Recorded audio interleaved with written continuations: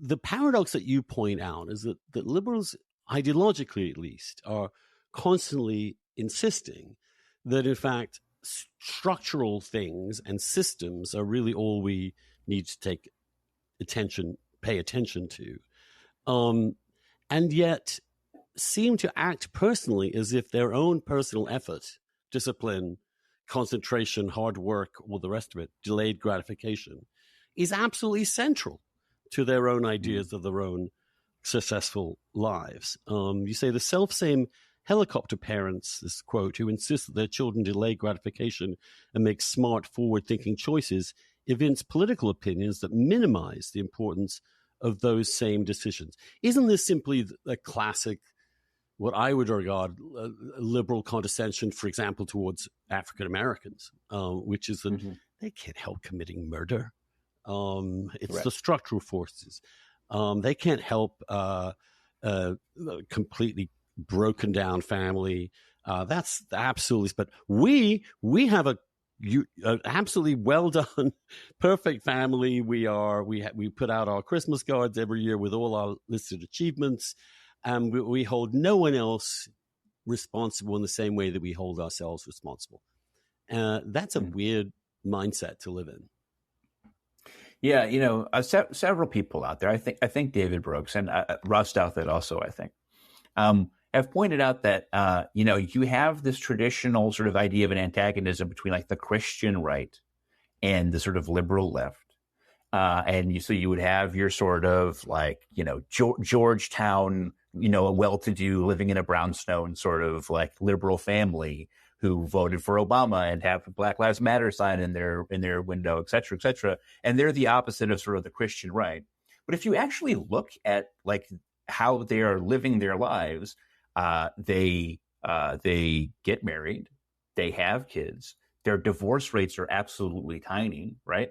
They are in many ways living the sort of classic American dream of like stable families that rear children and instill them with values and that work hard, I think core to this is, I know this is my answer to everything, but it's just a lot of lefties just don't understand their own politics, right? I absolutely believe that human behavior writ large is attributable to like structural forces, but the argument has never been, right, that structural forces means that the individual has no ability to make better decisions within those structures, right? Like lots of people are in poverty, expecting all of them to be able to claw their way out of it just with gumption is not compassionate or fair.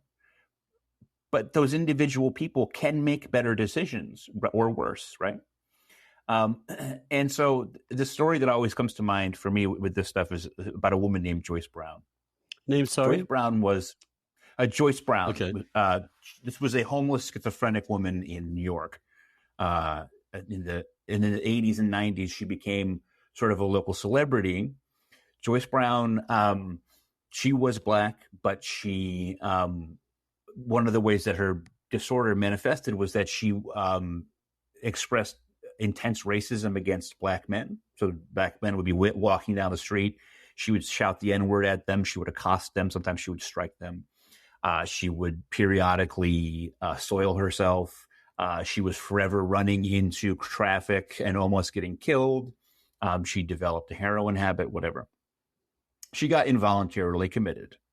That is to say, she was put into psychiatric care without her consent because the state felt that she was a danger to herself.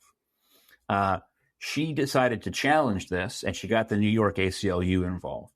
And the ACLU said this is going to be a like our cause celeb, and they raised a bunch of ruckus. They got a lot of media attention, and they filed a suit, and they got her out. And this was all treated by the media and by the people involved by the ACLU as a big win for civil liberties and a thing worth celebrating. They had her go up to Harvard Law, and she spoke with the lawyers who had sprung her in front of Harvard Law.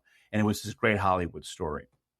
But unfortunately, there were a couple people who were deeply opposed to Joyce Brown being released from care. And those were Joyce Brown's sisters, the two women who knew her and loved her the best.